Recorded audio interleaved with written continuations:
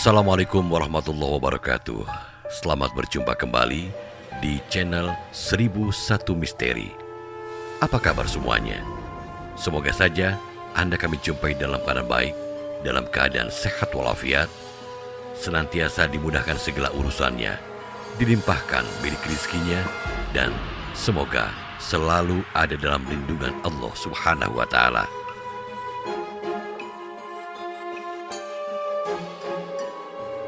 Para pecinta misteri yang budiman, dalam perjumpaan kali ini kami akan menghadirkan sebuah kisah misteri yang berjudul Jadi Tumbal Tetangga.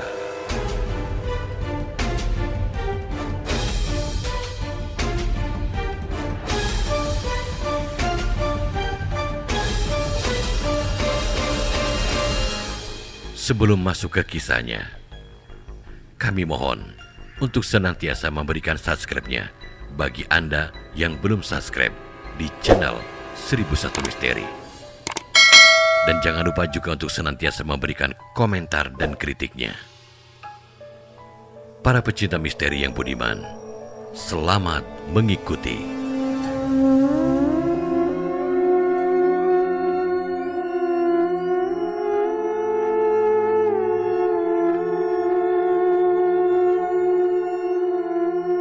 Seseorang berjalan di tengah kegelapan malam.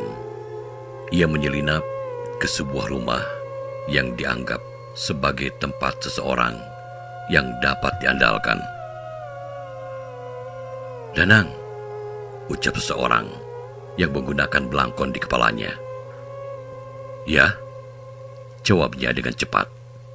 "Masuklah." Sosok pria bernama Danang itu memasuki rumah melalui pintu belakang.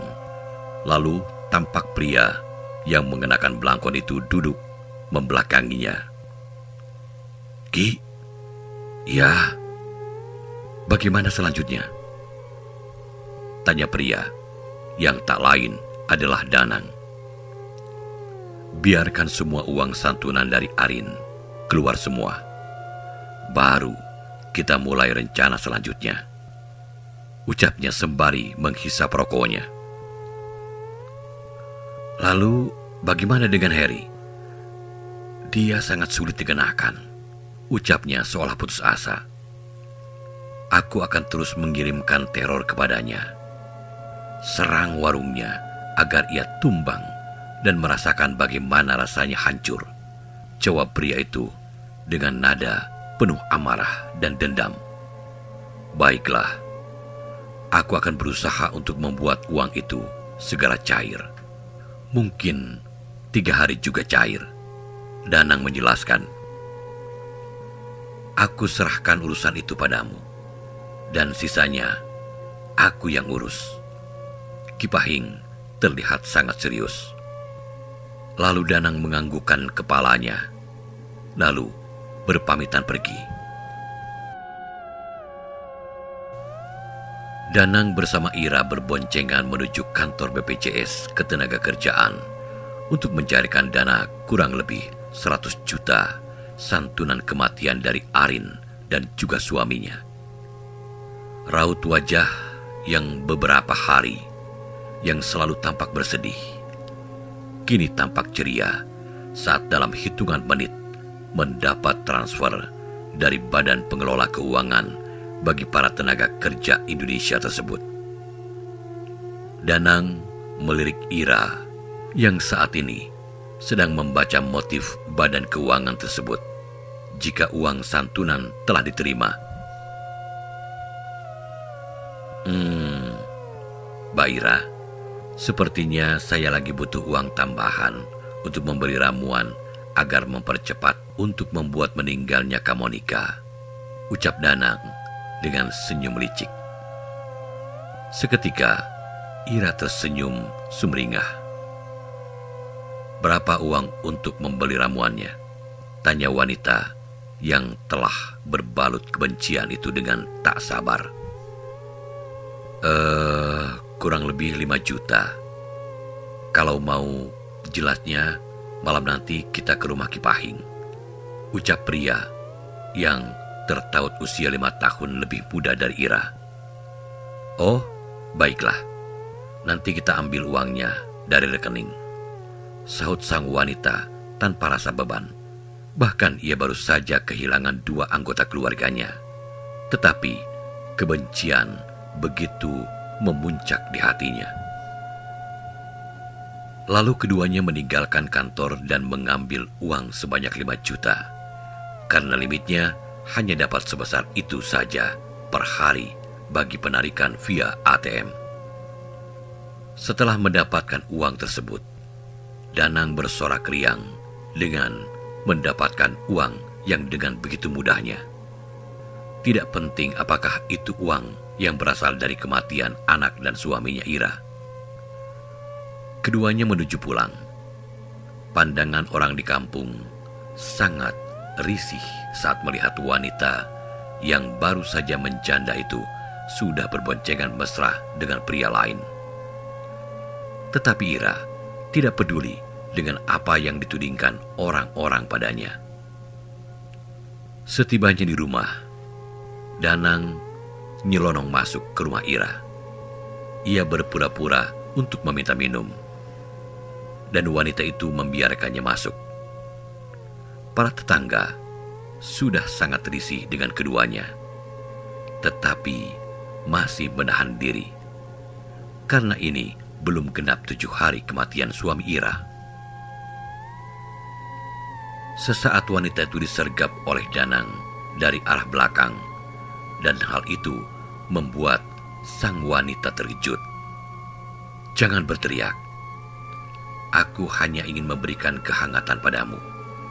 Sudah lama aku ingin menunggu kesempatan ini," bisik Danang dengan nada penuh gelora.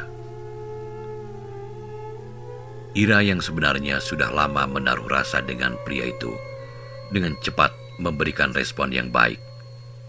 Maka akhirnya kedua orang yang sama gatal tersebut melakukan hal yang tidak senonoh di siang bolong. Tidak terasa, waktu sudah memperlihatkan pukul 18 lebih, dan azan maghrib pun berkumandang. Dan saat bersamaan, Ira keluar dari rumah dengan pakaian yang super ketat. Ia menghidupkan mesin motornya dan ingin pergi ke suatu tempat di mana ia berjanji dengan Danang untuk bertemu. Saat ia melintasi jalanan, ia bertemu dengan Wara yang akan pergi ke masjid. Wanita itu menyapa Ira dengan teriakan menghentikan. "Ira, tunggu!" ucap sang wanita bermukena. Ira menghentikan motornya. "Ada apa?" tanyanya dengan tak sabar, sebab ia harus segera tiba di rumah Ki Kliwon. Wara menghampirinya dengan mempercepat langkahnya. "Kamu mau kemana?" tanyanya dengan sangat penasaran. "Emangnya kenapa?" jawab Ira tak senang. "Kamu sudah dengar kabarkah kamu Monica sakit lumpuh?" tanya wanita itu. "Sudah. Emangnya kenapa?" "Cobalah jenguk. Masa kamu sebagai adiknya yang dekat dengan rumahnya tidak menjenguk? Apa kata orang-orang?" Wara mencoba menasihati. Seketika wajah Ira menjadi bengis. "Kenapa sih orang-orang di kampung pada ngatur saya? Mau saya jenguk atau tidak, kan itu urusan saya. Urus saja urusan hidup kalian masing-masing," ucap Ira dengan sengit. Lalu ia menghidupkan mesin motornya dan melaju kencang meninggalkan Wara yang masih terdiam termangu menatapnya.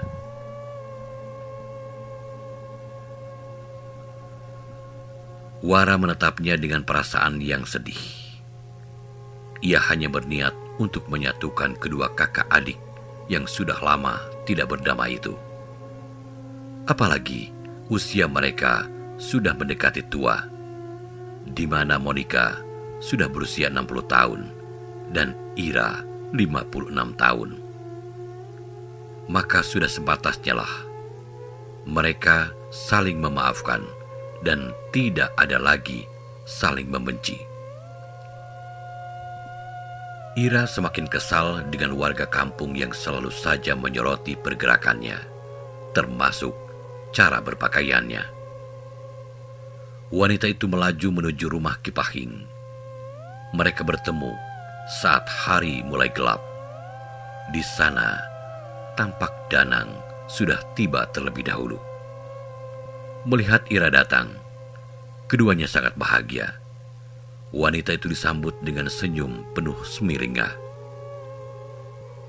"Wah, akhirnya Mbak Ira datang juga," saut pria yang bergelar Ki tersebut. "Iya Ki, saya sudah tidak sabar lagi melihat hasilnya. Jika bisa, secepatnya kakak saya itu mati. Saya sudah muak melihat dia disayang oleh anak-anaknya, apalagi Harry yang memperlakukan ibunya seperti ratu. Aku semakin sangat panas dan sakit hati. Mengapa nasib kakakku itu selalu saja beruntung? Dari kecil terlalu disayang oleh ayahku, hingga sampai jadi janda juga dibiayai hidupnya," ucap Ira dengan sangat kesal. Raut wajahnya menyimpan dendam yang begitu sangat kuat. Ia menarik nafasnya yang tersengal. Ia sangat geram saat mengingat masa lalunya, di mana saat ia ketahuan hamil di luar nikah hingga 4 kalinya, dan semuanya adalah suami orang, sehingga membuat kemarahan bagi sang almarhum ayahnya. Ia bahkan dicaci maki dan sempat tidak dianggap sebagai anak dan diusir dari rumah, sehingga kebenciannya semakin memuncak. "Mbak Ira, ini ramuannya. Tetapi kalau bisa sebaiknya Mbak Ira masuk ke rumah itu. Karena ramuan ini harus dicampur ke makanan dan juga letakkan di dalam rumah di mana saja, asal tidak terlihat. Dan selanjutnya jin itu yang akan bekerja," pria itu menjelaskan. Ira tersentak kaget. Apa tidak ada cara lain untuk membuat ramuan ini lebih ampuh selain masuk ke dalam rumah itu? Ira menolak rencana tersebut. Ia tidak mau bertemu dengan sang kakak, apalagi masuk ke rumah tersebut. "Ini cara yang ampuh, Mbak. Dan saya sudah membuat perjanjian dengan iblis. Jika sampai Mbak Monica meninggal, maka kekayaan Mbak Ira akan bertambah," lanjut Ki Pahing. "Maksudnya?" tanya Ira penasaran. "Mbak Ira telah saya ikatkan perjanjian dengan Buto Ijo, peliharaan saya, untuk menjadi kaya raya dengan menumbalkan Mbak Monica. Bukankah itu sangat menguntungkan? Musuh Mbak Ira mati, Mbak Iranya dapat kekayaan," Ki Pahing menjelaskan. "Hah? Masa bisa seperti itu?" tanya Ira dengan penasaran. "Bisa dong, Mbak, tetapi ada syaratnya," ucap pria itu.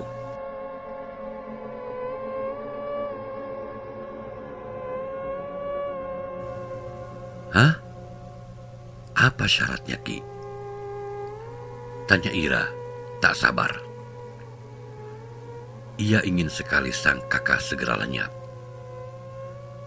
Ia sangat iri dengan kehidupan Monica yang mendapatkan kasih sayang dari Harry, dan hidup sang kakak tidak perlu capek untuk mencari nafkah. Mbak Ira harus menyerahkan uang sekitar 10 juta sebagai maharnya. Nanti Buto Ijo akan menggantinya dengan 10 kali lipat dari mahar yang sudah diberikan. Ki Pahing mencoba meyakinkan wanita yang kini dipenuhi api kedengkian dan juga kebencian. "Oh, kalau uang segitu sih gak masalah," ucapnya dengan pongah. "Tetapi besok saja ya Ki, saya titipkan dengan Danang." Ira melirik pada Danang yang sedari tadi sudah menatapnya. Ya, begitu juga tidak apa-apa. Tetapi Mbak Ira harus melakukan ritual perjanjian terlebih dahulu dengan sang iblis. Ki Pahing menimpali ucapannya. Ira menganggukkan kepalanya, bertanda setuju. Sekarang Mbak Ira masuk ke dalam bilik yang ada di belakang rumah. Lalu tanggalkan semua pakaian dan nanti Danang yang akan menemani. Saya siapkan ramuannya terlebih dahulu, titahnya pada wanita yang sudah berusia setengah abad tersebut.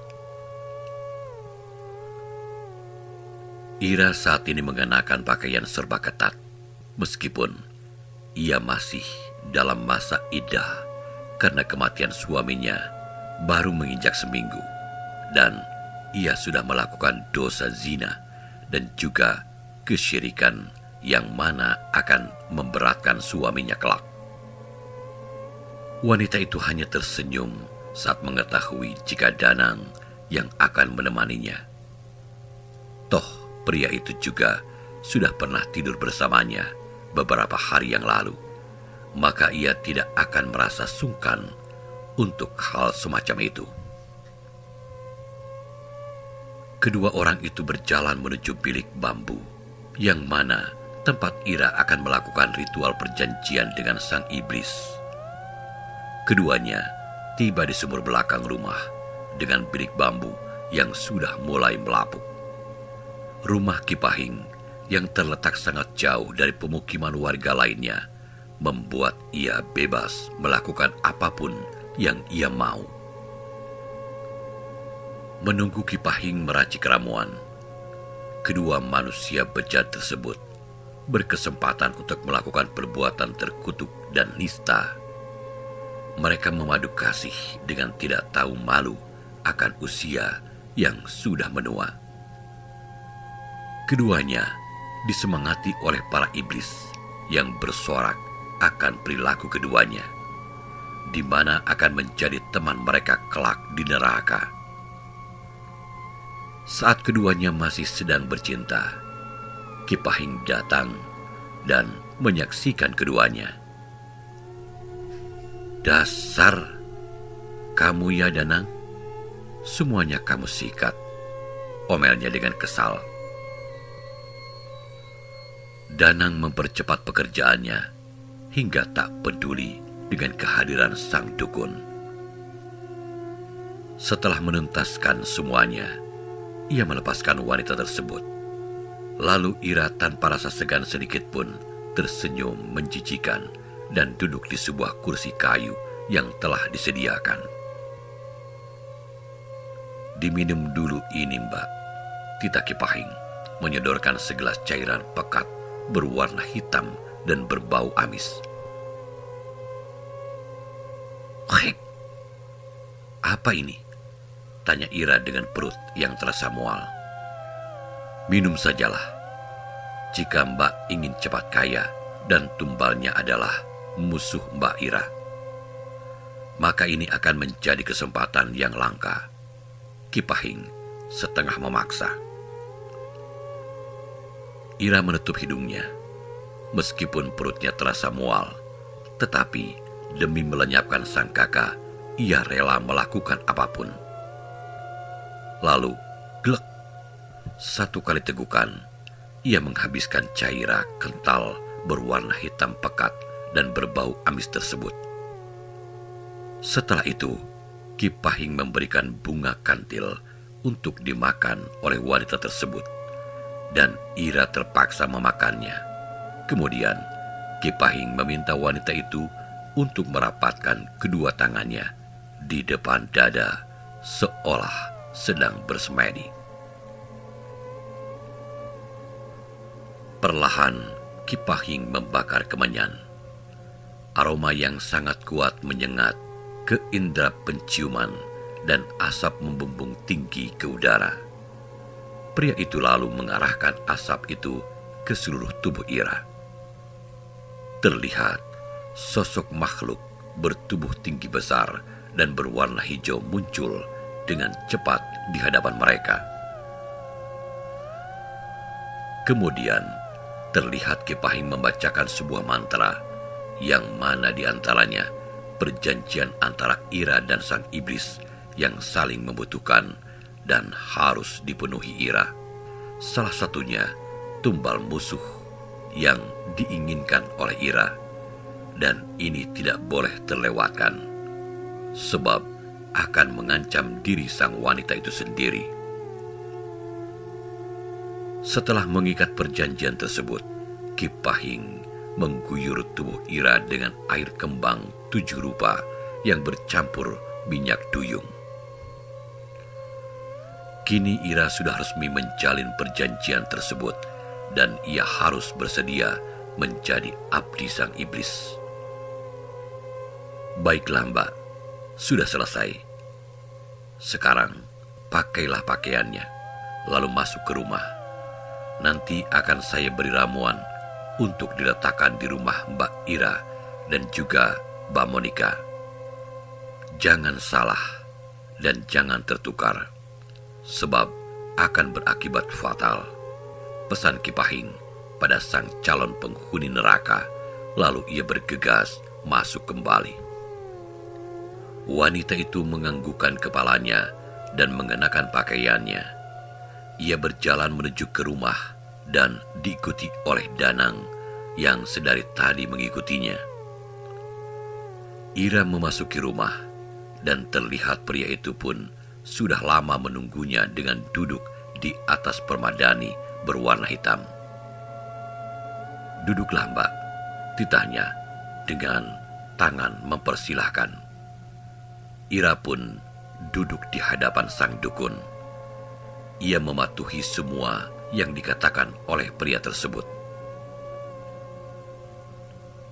"Mbak, ini ramuannya ada 2. Yang ini untuk diletakkan di dalam rumah tersebut tanpa ada yang tahu. Dan satunya ditaburkan di makanan Mbak Monika agar mereka sekeluarga segera menjadi tumbal," ucap sang dukun memberikan motivasi bagi wanita itu. "Apakah efeknya akan cepat bereaksi jika saya berhasil memasukkan ke makanan mereka?" tanya Ira tak sabar. "Reaksinya akan terlihat jika kamu diterima tumbal yang kamu persembahkan meninggal, dan tentu saja kekayaanmu kian bertambah," jelas Kipahing menjelaskan dengan panjang lebar.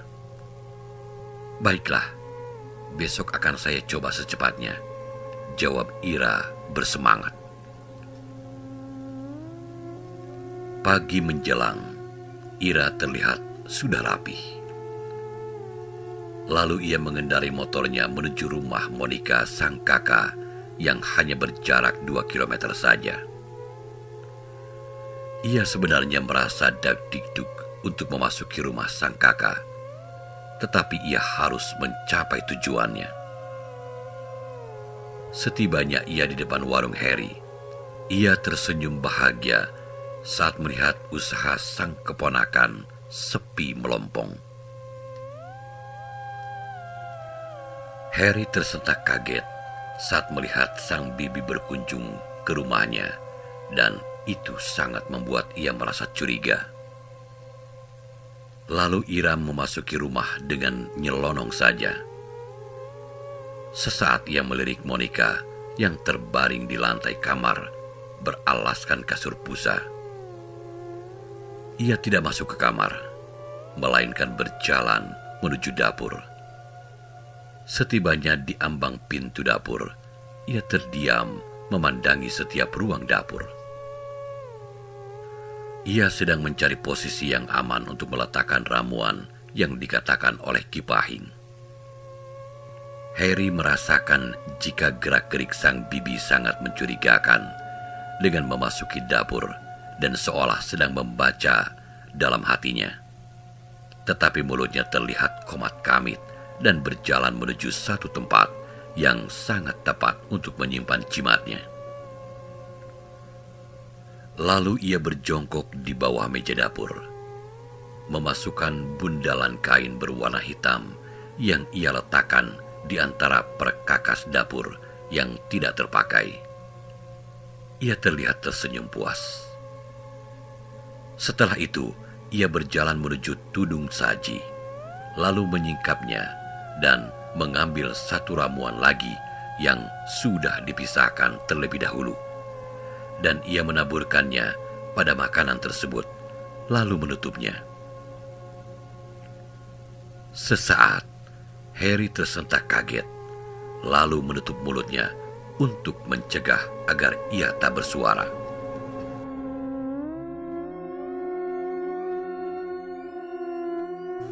Ira celingukan, lalu menoleh ke arah belakang, dan ia bergegas pergi. Setelah melintasi kamar Monica sang kakak, ia berjalan melirik sang kakak yang sedang terbaring lemah menatapnya. "Bagaimana, Kak? Sakit ya?"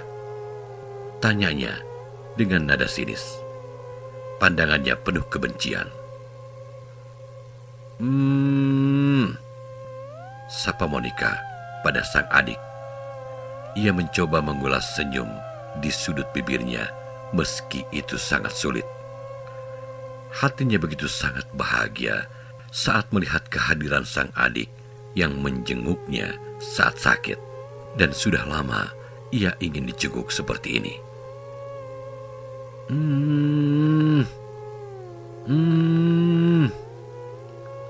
Apanya yang Makanya jangan sok kecantikan. Dan selamanya ayah selalu menyayangimu kan, Mbak? Tetapi sekarang dia sudah tidak ada, dan tidak akan ada yang dapat membelamu, ucapnya dengan sangat bangga dan puas melihat penderitaan sang kakak. Ira merasa jika saat ini dirinya ingin berlonjak girang saat membayangkan tubuh sang kakak akan berbalut kain kafan dalam sekejap lagi.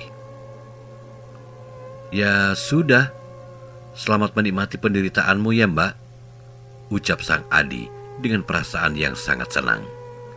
Lalu beranjak dari tempatnya dan berjalan menuju ke arah pintu keluar. Setelah kepergian Ira, seketika ruangan rumah semakin terasa panas. Harry merasakan jika ada sesuatu yang mengawasinya dan juga mengikutinya dari arah belakang. Itu ia rasakan karena punggungnya seolah menebal. Lalu ia bergegas menuju tudung saji. Ia menyingkapnya. Sebenarnya, ia sangat sayang dengan makanan itu. Tetapi ia merasa curiga dan tak ingin terjadi sesuatu pada dirinya dan juga keluarganya. Ia mengambil semua makanan tersebut, lalu membawanya ke arah belakang dan melemparkannya ke dalam comberan. Tetapi, hal yang sangat aneh ia rasakan ialah di bagian punggungnya terasa ada yang menempel dan itu sangat mengganggunya. Lalu ia mencari dan memeriksa di mana bibinya menyimpan sesuatu yang mencurigakannya. Dan benar saja, ia melihat buntilan kain hitam yang diikat dengan seutas benang. Lalu Harry mengambil benda tersebut dan ia membawanya keluar rumah. Lalu membakarnya bersama dengan sampah. Sesaat terdengar suara ledakan yang sangat dahsyat di langit.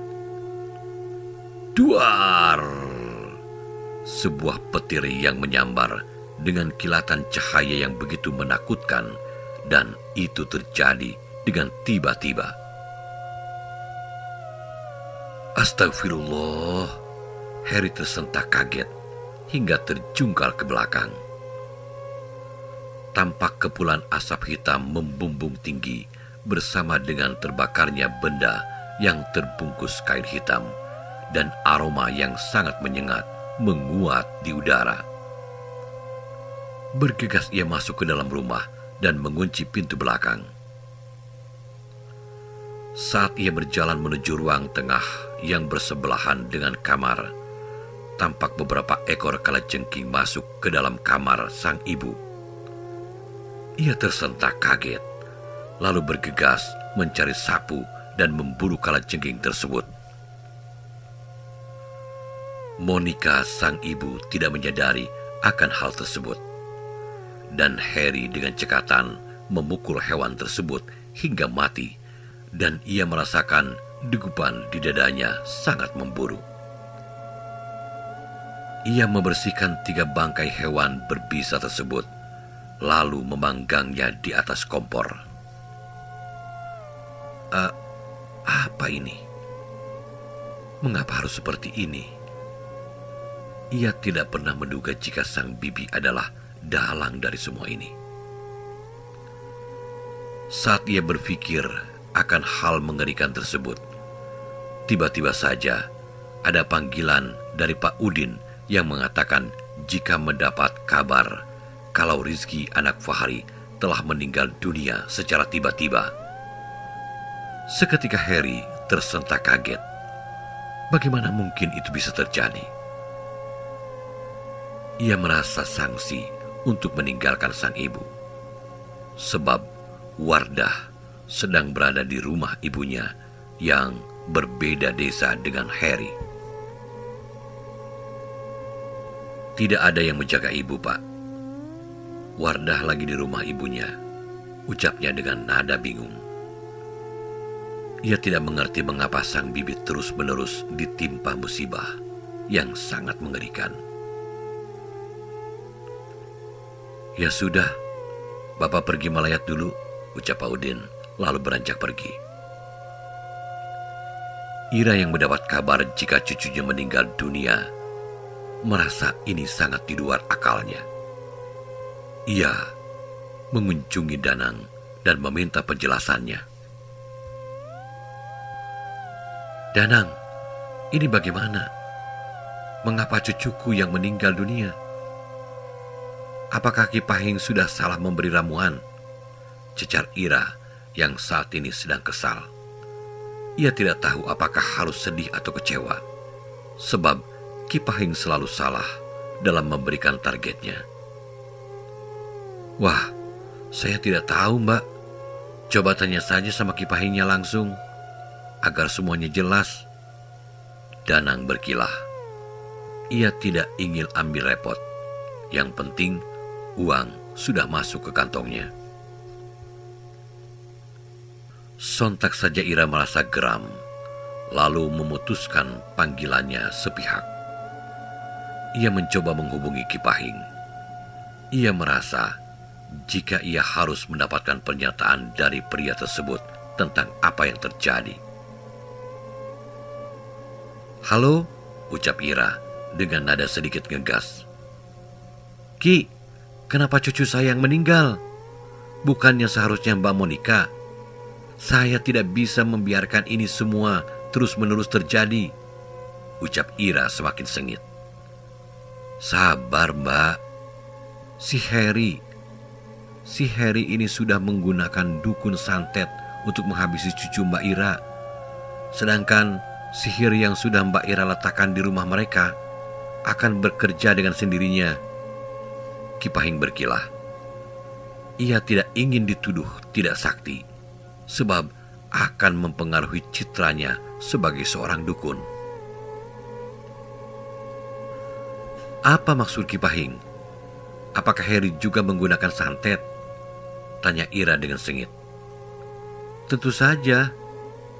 Ia juga dendam dengan Mbak Ira karena Fahri yang mengambil alih pekerjaannya, ucap sang dukun yang sudah menjadi pengadu domba di antara kedua persaudaraan itu. Dasar Harry sialan. Awas saja dia. Akan kubalas perbuatannya, ancam Ira dengan wajah kesal. Ya sudah, Mbak Ira ke rumah Fahri saja untuk mengurus pemakaman Rizky. Nanti kita bahas lagi, saut Ki Pahing dan mengakhiri panggilannya.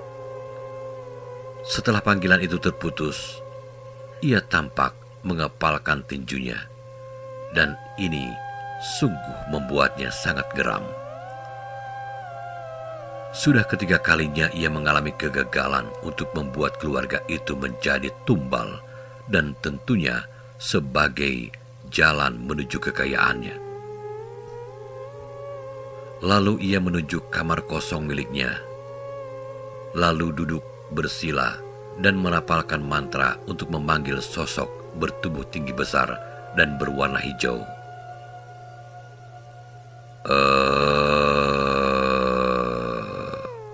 Sosok itu mengerang saat muncul di hadapannya.